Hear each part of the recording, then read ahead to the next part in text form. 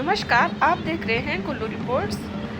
कुल्लू के भुंतर का पहले से ही निर्माणाधीन वैली ब्रिज की जगह अब नया डबल लेन आरसीसी पुल बनकर तैयार हो चुका है, जिसकी अनुमानित लागत लगभग 5.5 करोड़ है।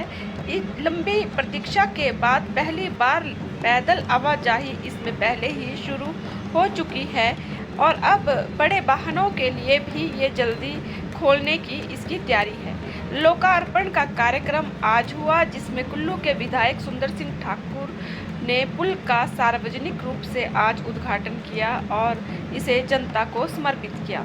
विधायक सुंदर सिंह ठाकुर ने फीता काटकर पुल का शिलान्यास किया और इस अवसर पर ग्रामीण और आसपास क्षेत्र के लोग काफी संख्या में उपस्थित रहे और पंचायत प्रतिनिधि और कांग्रेस के प्रमुख नेता भी इस अवसर पर उपस्थित रहे। इस पुल से पार्वती व गड़सा घाटी के किसान, बागवान समुदाय, स्थानीय व्यापारी व आम जनता को भारी राहत मिलेगी और भीड़ भाड़ वाले रास्तों से जाने में बचत होगी और समय की भी बचत होगी। वहीं लोक निर्माण विभाग द्वारा लोड टेस्टिंग की प्रक्रिया पूरी हो गई है और सुरक्षा मानकों पर हरी झंडी भी मिल चुकी है। पुल करीब 5.5 करोड़ की लागत से तैयार हुआ है और इस पर बड़े वाहनों की आवाजाही भी सुचारू रूप से संभव हो पाएगी। पार्वती घाटी व गड़सा घाटी के हजारों किसान, बागवान भाइयों को अब मंडियों तक जाने के लिए जाम में नहीं फंसना पड़ेगा और समय की बचत भी होगी। पुराने वैली ब्रिज की जगह ये पुल जो है वो आधुनिक और सुविधाजनक है। आप देखेंगे रिपोर्ट। यहाँ पे हमारे युवा जिला परिषद के अध्यक्ष बहुत ही समाज सेवक, कई तरह के समाज सेवा करते रहते हैं। विभाग को मैं पूरे विभाग के तैयार हुआ है और एक डबल लेन ब्रिज है। इसकी जो क्षमता है वो इसमें बड़े बड़े डंपर्स, किसी भी जो एक नेशनल हाईवे पे जो भी गाड़ियाँ चलती है वो डबल लेन गाड़ियाँ चलेंगी। और अब इसके बनने से यहाँ पे किसान बागवानों को बहुत बड़ा फ़ायदा होगा, व्यापारी भाइयों को फ़ायदा होगा, हमारे ट्रांसपोर्टर्स को फ़ायदा होगा और ख़ास तौर पे हमारा जो यहाँ पे ये खोखड़ महाराजा का क्षेत्र है और मणिकरण की घाटी, क्योंकि मुखिया बाज़ार से कट चुकी थी, सब्जी मंडी से कट चुकी थी, 17 किलोमीटर का अतिरिक्त उनको एक घूम कर आना पड़ता था। ऐसे में यहाँ पे बहुत ट्रैफिक जाम रहता था, तो हमारी सब्जी मंडी का भी बहुत नुकसान हुआ, बुनकर बाज़ार का बहुत नुकसान हुआ, बागवानों का, किसानों का। ऐसे में ये जो कोटकंडी है, जो हमारे जो बड़ा भूण, छोटा भूण, त्रैहण, बशौणा और गड़सा घाटी, इस पूरे क्षेत्र को, बजौरा, पूरे क्षेत्र को इसका फ़ायदा होगा। ऐसे में ये जो है प्रमुख सब्जी मंडी से जुड़ जाएगा और प्रमुख बाज़ार से ये जो पुल जुड़ेगा। इससे आप देखेंगे कुछ ही दिनों में यहाँ पे जो है बहुत बड़ा संगम घाट बनने वाला है। संगम घाट कोई यहीं तक नहीं चिन्हित होगा, ये संगम घाट नीचे जहाँ तक हमारे जो गड़सा बिहाल, चुट्टी बिहाल होता है वहाँ तक जाएगा और ऊपर जिया से लेकर शमशी से लेकर ये पूरा तटीयकरण होगा। इसके लिए हमारे को केंद्र की मंजूरी मिल भी गई है, एक ड्रेजिंग पॉलिसी भी बन रही है।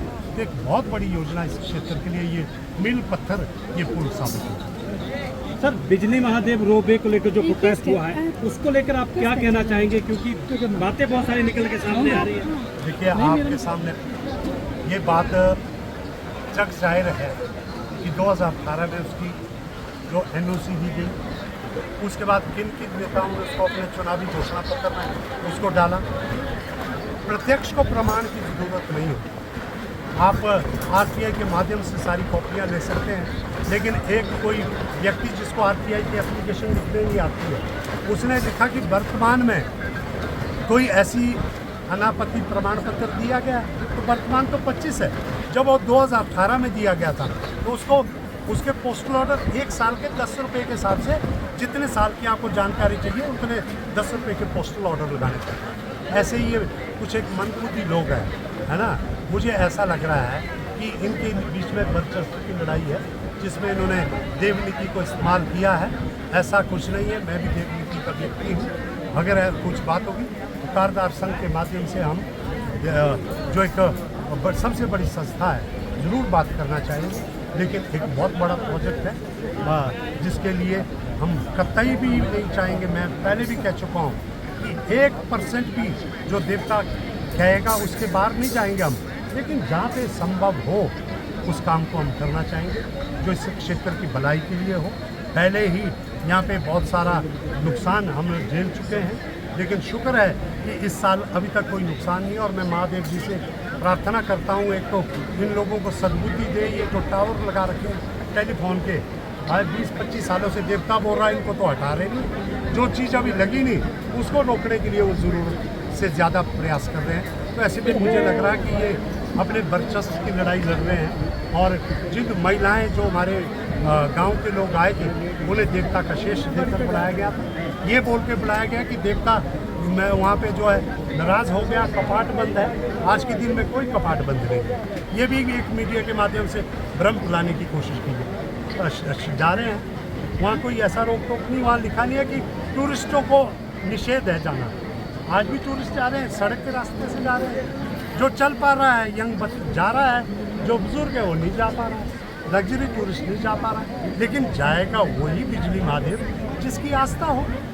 जिसको नहीं जाना, जिसको वहाँ नहीं जाना होगा वो सोलंग नाला के रोपवे में स्कीइंग करने जाएगा। बिल्कुल ठीक। तो यहाँ पे सारे आस्था वाला व्यक्ति जाएंगे। ये तोड़ मरोड़ के बातें करना शायद जायज़ नहीं है, मिल बैठकर बात होनी चाहिए। राजीव घाट की अगर बात करें तो क्या बजट है, या जिस तरह से बड़े लंबे समय से अगर बात करें तो हम देख रहे हैं कि यहाँ पर अब वर्क शुरू नहीं हुआ है। इसका मास्टर प्लान बन गया है। सबसे पहली बात तो यहाँ से झोपड़पट्टी जो यहाँ पे बड़े भारी सनातन धर्म के ठेकेदार कहते थे कि समुदाय विशेष के लोग यहाँ पे रहते थे, उन्हें बार बार जो मीडिया में तो वो बड़ी गालियाँ निकालते थे, लेकिन उनमें हिम्मत नहीं थी कि उनको कैसे यहाँ से निकाला जाए। तो सुंदर ठाकुर और हमारी सरकार ने मिलकर उनको यहाँ से इस इलाके को साफ किया। ये तो हमारी वचनबद्धता है, हमने कोई धर्म का प्रचार तो नहीं किया या उनको जाति विशेष से तो हिलाया। जो इलाके के लिए अच्छा था उसको कर रहे हैं। यहाँ पे बहुत खूबसूरत घाट बन रहा है, एसएसपी से लेकर शिव मंदिर तक। यहाँ पे गुरुद्वारा साहिब सामने है सिंह सभा, इसके लिए भी बहुत खूबसूरत बनेगा। ये सब्जी मंडी का क्षेत्र पूरा ट्रांसपोर्ट नगर में यहाँ पे बनाने वाला हूँ। ये जो बेहतरीन यहाँ पे ट्रक्स लगे हैं इनको जगह दी जाएगी और एक माननीय मुख्यमंत्री जी के आशीर्वाद से ब्लूप्रिंट बन रहा है, जिसे हम आपके साथ थोड़े दिनों में बरसात के बाद इस काम को शुरू किया। लाडा के चेयरमैन आप हैं सर, 4 महीने पंचायतों के बचे हैं। आरोप ये भी लग रहा है कि आप बहुत सारे बजट को जो है स्वीकृति नहीं दे पा रहे हैं। 4 महीने पंचायत के बचे हैं, कोई पर 4 महीने में दुनिया तो खत्म नहीं हो रही। अगले पंचायतों के लिए तो पैसा बचना चाहिए। अब के प्रधान सोच रहे कि हम ही करते जाएं तो ऐसा नहीं होगा ना। अगले पंचायतों के लिए भी जब वो पुरानी एनओसी नहीं देंगे, मैंने सारे जितने एनओसी पुराना पैसा यूटिलाइज नहीं कर रहे हैं। पंचायतों के पास 20 योजनाएं मंजूर नहीं है। जितनी 50% योजनाएं जिन्होंने मंजूर कर दी है, काम कर दिया, उनको पैसा दिया जा रहा है। ये तो पिछले 6 महीने में जब यहाँ पे मैं इस पद से थोड़े दिन में नहीं था तो तब की थोड़ी दिक्कत आई होगी। वो मेरा कारण नहीं था, वो कुछ और कारण थे। लेकिन अभी कोई दुनिया ख़त्म नहीं हो रही है। 4 महीने के बाद क्या कोई प्रधान बनेगा? नहीं, और भी प्रधान बनेंगे, वो भी लाडा का पैसा लगाएंगे। ठीक सर, ठीक, थैंक यू।